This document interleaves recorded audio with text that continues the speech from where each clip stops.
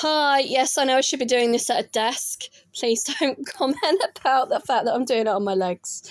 Right, this is like my first coat of painting this little doll's house shelf, or that could go in the kitchen or in the dining room of a doll's house. It's not going to stay on my leg very well.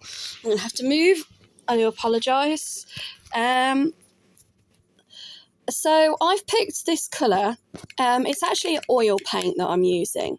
Now I just want to say, one of the things that I love to do is reduce, reuse and recycle. And I used to go to a lot of auctions when I was younger. So I have a lot of art material that's from auction houses. Just be vigilant that the oil pastels or acrylics or paints or whatever that may be old stock, as I call them, or vintage paints, just like anything that isn't made or manufactured in the 21st century, may contain chemicals that are now banned.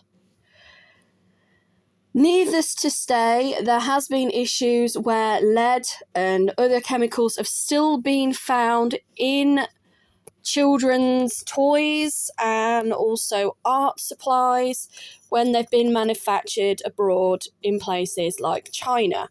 So just because something has been made and manufactured in 2001, for example, does not necessarily mean that it still doesn't contain things that could be chemically toxic. Now, lead, for example, lead paint was something that was not banned until 1992.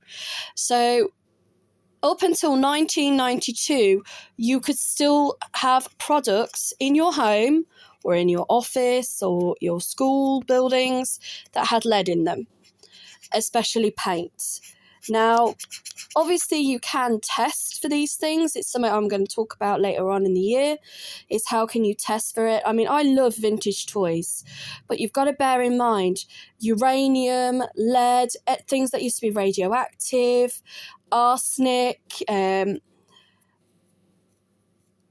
stuff like that was used in paints. There used to be stories about children who would lick the paintbrush to get a finer tip in order to, say, paint the lips of the doll, that would then be sold to the upper class during the Victorian era. But the children were not aware that the paint they were licking contained arsenic or lead or, strychnine or some other chemical. Again, there was issues with Teflon. Things were Teflon coated so they didn't rust, but now you can get Teflon poisoning from Teflon. Melamine is another substance. A lot of things are made from melamine, and there was a scandal in Asia, like I think it was Japan or China, I can't remember which, where they were actually mixing melamine in with baby milk. It's not unheard of. There are still things today that are put in baby food and food that we eat that are not fit for human consumption. So the golden rule I always say is, unless you've made it at home or cooked it at home or growed it in your back garden, you really don't know what's in the food you're eating. You don't know what's in the things you've purchased. One argument is, do you wash your clothes before wearing them? Most people will say no, because once you've washed them, if they don't fit, you can't take them back. Other people will say yes, pre-wash your clothes, because dyes can actually leach out of certain clothing and be absorbed through the skin. So by pre-washing the items, you're kind of reducing that kind of process happening. Food that is put on display, like fruit now, it's covered in wax or loads of pesticides. So again, even before you eat an apple or a banana or an orange or grapes, you would think that because these things already have a skin on them, that the inside should be fine for human consumption. But again, because we are so dependent in society today of using chemicals for so many different things, these chemicals still could potentially be on the outside and then also be absorbed into the food that we eat. One thing I think that people may be aware of is eggs, salmonella. So again, you have to be vigilant of things like salmonella. There was an issue where people were buying lettuces at one point from overseas somewhere, and they were spraying the lettuces with raw sewage. What was then happening was the lettuces were then absorbing the water, plus all the pathogens from the human body.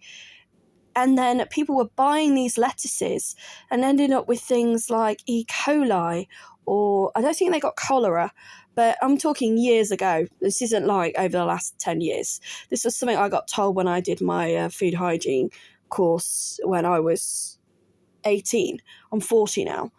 So again, it's all about being vigilant. So this is one of the reasons why manufacturers are supposed to keep a log of what they use. They are supposed to disclose how things are made and produced. And so if there is an issue, then they've got traceability. So at the moment, like I said, I'm using oil paints. I'm using, I don't know the colour. I will have to check the colour. I'll write that in the comments later. But I do like this colour. I think it's really, really nice. It's a bit like a cherry red, I guess.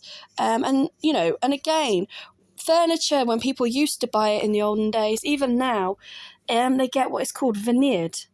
I brought a piece of furniture for my son, and it said that it was cherry wood or something along those lines.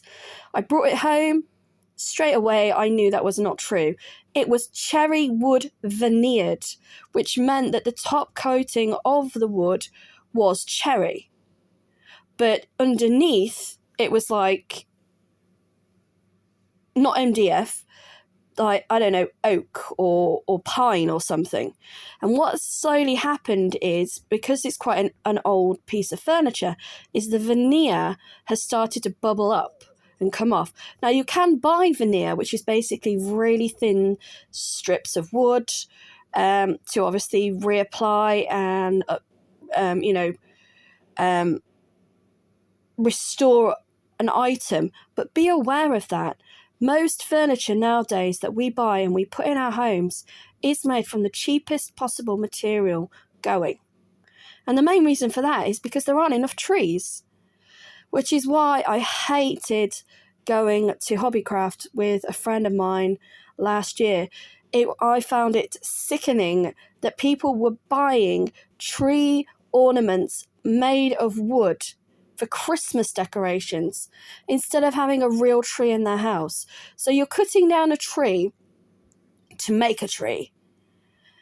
It's a bit screwed up, if you ask me. And it always reminds me of the Lorax.